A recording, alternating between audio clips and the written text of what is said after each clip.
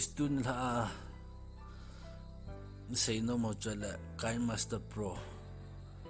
YouTubers Josin video editing a man he tam zo lang he kay kasi hiel lo la Kindmaster hi hin tikatin ya chu Kindmaster Pro hi apat chom na tun lai say du chali ti free it download dam hoi la download dam iti bola chi free pro version pa hi download the dam ti chan video hitin la tua Kindmaster Pro pa hi apat chom na han sein kating chi a hin 4K quality video tak video chan ge na ki sep the juta la chi a hi watermark umlo video na sep ting la alu Kindmaster pa khat pa Play Store pa khoi la video khu nang manal hal ha subscribe na bol lo la watermark di hin ya chu chi free hin watermark lo athum na cho hi la chi Kindmaster achu video save export ibodi ting le atam zo hi ka le hen iral video save bor pa iral aha chinom den cha iral kiti hi umlo juta le h Kindmaster cha hi h kiti khat pa chu video editing bolai loi lang lang ko na h kiti tam ta hung leng do the mi ha asu boi no cha hi h jong umlo hoi ta a hin download ji dan chu phaten be nang chu tilo la phaten na wat ba khat be hin ka na wat wa la chun a be vera wat lo as hoi sela nang jong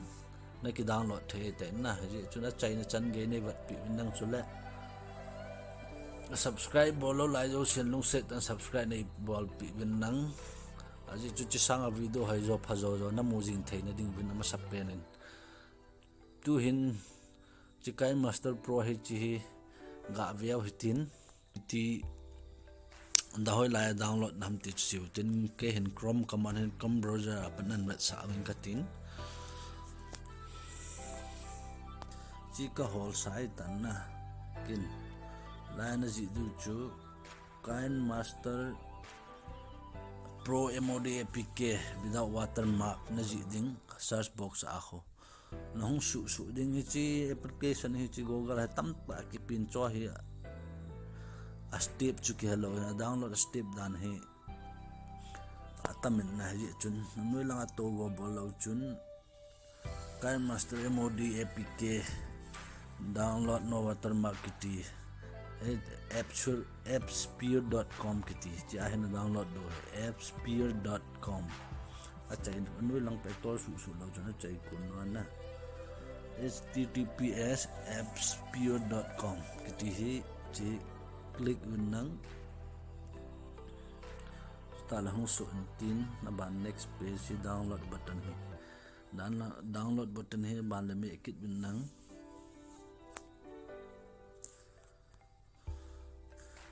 stala app si tam ta hong men tin na app si tam ta men tin chi a chai na pen chi pa hi latest version pa hi chi click lo chun 96 MB apk chi download bol nang me kit mang ka la chi trong khat na nga ngai like ka na trong khat na ngai chi your link is almost ready please wait chi dang achung pa download 96 MB kiti khat min download now kiti min download now pa chi me nang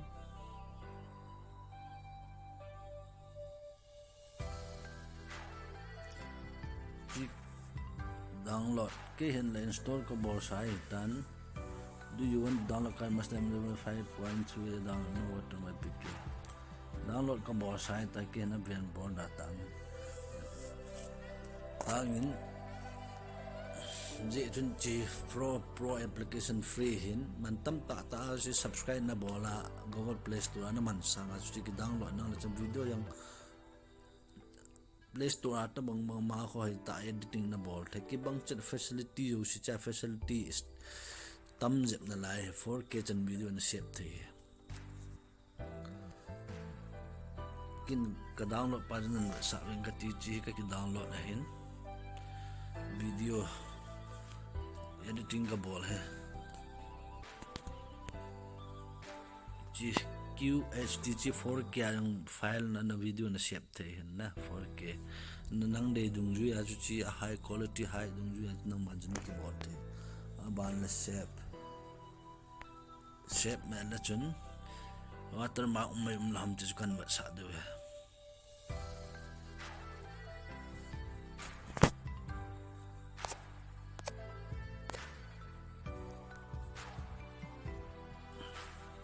Galeria chutin pa shape la chi ya na chi watermark lo chu watermark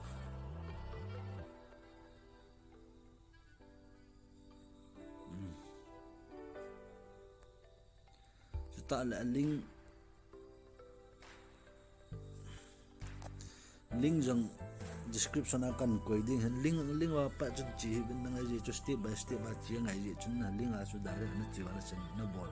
hai de hi chun Google Play app pa chun ball bin na het lo ma na download the lo wa na han comment the lo he